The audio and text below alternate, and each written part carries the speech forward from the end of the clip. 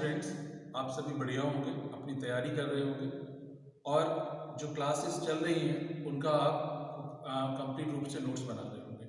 देखिए ये मेरा आपके लिए एक मैसेज भी है और इस चीज़ को आप समझ लीजिए कि जितने भी टीचर्स आपको पढ़ा रहे हैं वो बहुत बड़ी लगन से पढ़ा रहे हैं। तो आपका भी नैतिक दायित्व बनता है कि जो आपके पास चीज़ें जा रही हैं उनको आप कंप्लीट करिए।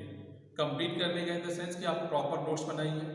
मैं आपको एक मैसेज और छोड़ना चाहता हूँ कि इस चीज़ को ध्यान रखिए कि मैं विद्यालय के प्रधानाचार्य होने के नाते मैं आपको बता रहा हूँ कि जिस तरह से कोरोना का अभी संकट चल रहा है और सारी चीज़ें जो हुई हैं वो इंटरनल मार्क्स के ऊपर हुई हैं। तो 9th 10th 11th 12th चारों क्लासेस के लिए एक मैसेज है कि अगर ये क्लासेस प्रॉपर नोट्स बनाएंगी, प्रॉपर सारा काम करेंगी, जो हम इंटरनल एग्जामिनेशन लेंगे उनके लिए आप काम करेंगे, तभी वो आपको इंटरनल मार्क्स मिलेंगे, वरना आपका रिजल्ट फिर इस साल भी बेकार हो सकता है। इस चीज़ को ध्यान रख लीजिएगा। चलिए स्टार्ट करते हैं फिर अपनी पढ़ाई लिखाई की बातें। मैं स्टार्ट करता हूँ अपने रीडिंग के लिए। देखिए हमने कल जो स्टार्ट जो किया हुआ था वो लाइफ स्पैन ख़त्म की थी बायोलॉजी क्लास 12th में, ठीक है ना। तो आज हम फिर से स्टार्ट करते हैं। देखिए यहाँ पर है टाइप्स ऑफ एसेक्सुअल रिप्रोडक्शन, ठीक है ना, टाइप्स ऑफ एसेक्सुअल रिप्रोडक्शन। अब देखिए एसेक्सुअल रिप्रोडक्शन में मैं आपको बताना चाहूँगा कि एसेक्सुअल रिप्रोडक्शन क्या होता है कि जहाँ पर आप क्या दे देखते हो कि जहाँ पर दो पेरेंट्स की जरूरत नहीं पड़ती है, जहाँ पर किसी एक पेरेंट्स की जरूरत पड़ती है, किसी सिंगल पेरेंट्स की जरूरत पड़ती है, एक सिंगल पेरेंट से ही जो है अपनी नई जनरेशन को इवॉल्व करते हैं, नई जनरेशन को बनाते हैं विदाउट सेक्सुअल रिप्रोडक्शन। इसीलिए वहां पर बोला asexual, A for absent, sexual means जो सेक्सुअल कैरेक्टरिस्टिक वो अब्सेंट है यहाँ पर। सेकेंड थिंग्स दैट मीन्स कि सेक्सुअल रिप्रोडक्शन के लिए दो पेरेंट्स की होने की जरूरत है, एक मेल और फीमेल। एसेक्सुअल रिप्रोडक्शन के लिए ना तो मेल की जरूरत है ना ही फीमेल की जरूरत है, सिर्फ एक सिंगल पेरेंट्स की जरूरत है। तो ठीक है, यहाँ से स्टार्ट करते हैं। देखिए टाइप्स ऑफ एसेक्सुअल रिप्रोडक्शन। अब यहाँ पे दे दिया मैंने प्लांट्स का लिया हुआ, एक एनिमल्स का लिया हुआ। आज मैं सिर्फ आपके सामने प्लांट्स का डिस्कस करूंगा, कल मैं एनिमल्स की डिस्कस करूंगा। तो प्लांट्स के लिए देखिए क्या है, सबसे फर्स्ट जो है वेजिटेटिव प्रोपोगेशंस। वेजिटेटिव प्रोपोगेशंस का मतलब है कि जहाँ पर की जितनी भी जो प्लांट्स हैं वो आप दे देते हो अलग अलग आराम की कटिंग कर देते हैं, लेयरिंग कर देते हैं, या हमने कि किसी प्लांट्स की जड़ को काट के कोई दूसरी जगह लगा दिया हुआ, वहाँ से एक नया प्लांट ग्रो हो गया, that is called vegetative propagation. तो वेजिटेटिव प्रोपोगेशन कहीं पर भी प्लांट जैसे हमने किसी की स्टेम लिया और जमीन में लगा दिया और वो ग्रो करने लगा, that is called vegetative propagation. Vegetative propagation basically दो तरह का होता है, एक वो होता है नेचुरल और दूसरे को बोलते हैं आर्टिफिशियल। अब देखिए यहाँ पर हम फिर डिस्कस कर सकते हैं। नेचुरल जो है जैसे क्या है, रूट अंडरग्राउंड, स्टेम्स और लीव्स एंड बल्ब एक्सेट्रा। देखिए अब यहाँ पर क्या दिया, जैसे अगर हम रूट्स को देखें कि जो जमीन के अंदर जो रूट्स है उसको हमने लिया और हमने उसको क्या किया, कट कर दिया। कट करने के बाद हमने डिफरेंट जगह हमने अलग अलग उसको जमीन में लगा दिया हुआ, तो वो ग्रो कर जाएगी। अब इसके लिए हमें किसी दो पेरेंट्स की जरूरत नहीं पड़ी, एक सिंगल था, सिर्फ उसी के हमने लिया और लगा दिया। एक सिंपल सा एग्जांपल लूंगा, आपके क्षेत्र में देखते हैं, हमने आपने सभी ने देखा होगा, एक पोटैटो का एग्जाम्पल है स्टेम के लिए। पोटैटो स्टेम है, हमने क्या किया, उसमें बर्ड्स निकल के आते हैं जिसको हम आई कहते हैं, और उन आइस को क्या करते हैं, उनके पीसेस कट करके हम जमीन में लगा देते हैं, और फिर क्या होता है कुछ दिनों बाद देखते हैं कि वहाँ पर पूरे पोटैटो को प्लांट्स निकालते हैं और नीचे उसमें बहुत सारे से पोटैटो निकल आते हैं।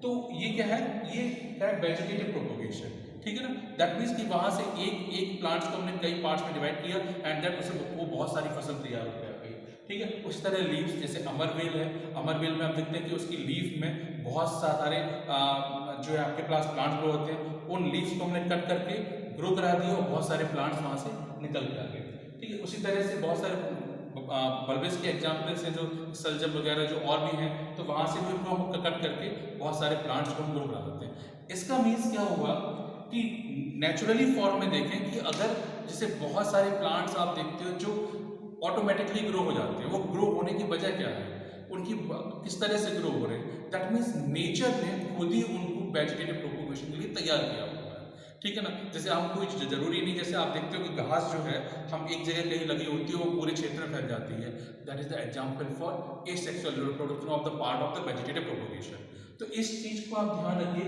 कि नेचर जो नेचुरल प्रोसेस के थ्रू क्या हो रहा है, वेजिटेटिव प्रोपोगेशन, मतलब कि एक प्लांट से कई प्लांट बन रहे हैं without both parents, single parents के थ्रू ही पूरी की पूरी जनरेशन तैयार होकर आ रही है। तो दैट मीन्स उसको हमने बोला हुआ नेचुरल, क्योंकि नेचर खुद कर रहा है, ठीक है ना। दूसरा चीज हम खुद करते हैं, इसको बोलते हैं आर्टिफिशियल। आर्टिफिशियल के लिए cutting, layering, grafting and micro propagation.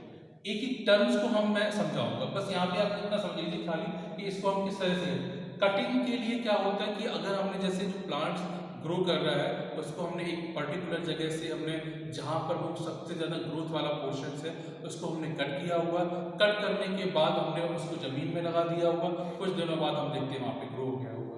उसी तरह से लेयरिंग, लेयरिंग में क्या किया गया, कोई बेकार जो स्टेम कटा हुआ है उसको हमने बीच में वहाँ पे गाड़ दिया हुआ है और बीच में लगा दिया हुआ है, that is the part of layering. Same grafting, दो अलग अलग प्लांट्स के बीच में उसको इस तरह से लगाते हैं ताकि वहाँ से एक प्लांट्स इजीली ग्रो हो सके, नीचे से उसको जमीन से वाटर में मिलता रहे दूसरे प्लांट के through, that is called grafting. Micro propagation से जो आज के समय में चलने वाली एक नई टेक्निक्स है, टेक्निक इन द सेंस अगर हम कहें उस चीज के लिए, तो माइक्रो प्रोपोगेशन क्या कि अगर हम किसी प्लांट्स की एक कोई प्लांट्स है, उस प्लांट्स की हमने कोई एक लीव्स ली हुई है, उस प्लांट्स की हमने एक लीव्स ली हुई है, उस लीव्स को हमने क्या किया हुआ है, बहुत ज़्यादा फ्रेगमेंट्स कर लिए, छोटे छोटे से टुकड़े कर लिए हुए, और एक मीडिया बनाया हुआ है, एमएस मीडिया। आपको ये क्लियर हो रहा होगा, नहीं हो रहा होगा, मैं इसको क्लियर कर दूँ। एमएस मीडिया क्या है, जो कोई भी प्लांट जब जमीन में जितने भी जो न्यूट्रिएंट्स होते हैं उन न्यूट्रिएंट्स को ले लेता है और जिससे वो ग्रो हो जाता है, दैट इज कॉल्ड उस जमीन का मीडिया होगा, उस मीडियम होगा। आर्टिफिशियल मीडियम में हम प्लांट्स के वो सारे के सारे न्यूट्रिएंट्स एक ऐसी बॉटल में, एक लैब में बनाते हैं, तैयार करते हैं, जिसमें अगर हम प्लांट को ग्रो कराएंगे तो वो प्लांट ग्रो हो जाएगा। तो हमने क्या किया, इन जो ये छोटी छोटी सी सेल्स हैं इनको हमने एमएस मीडियम डाला।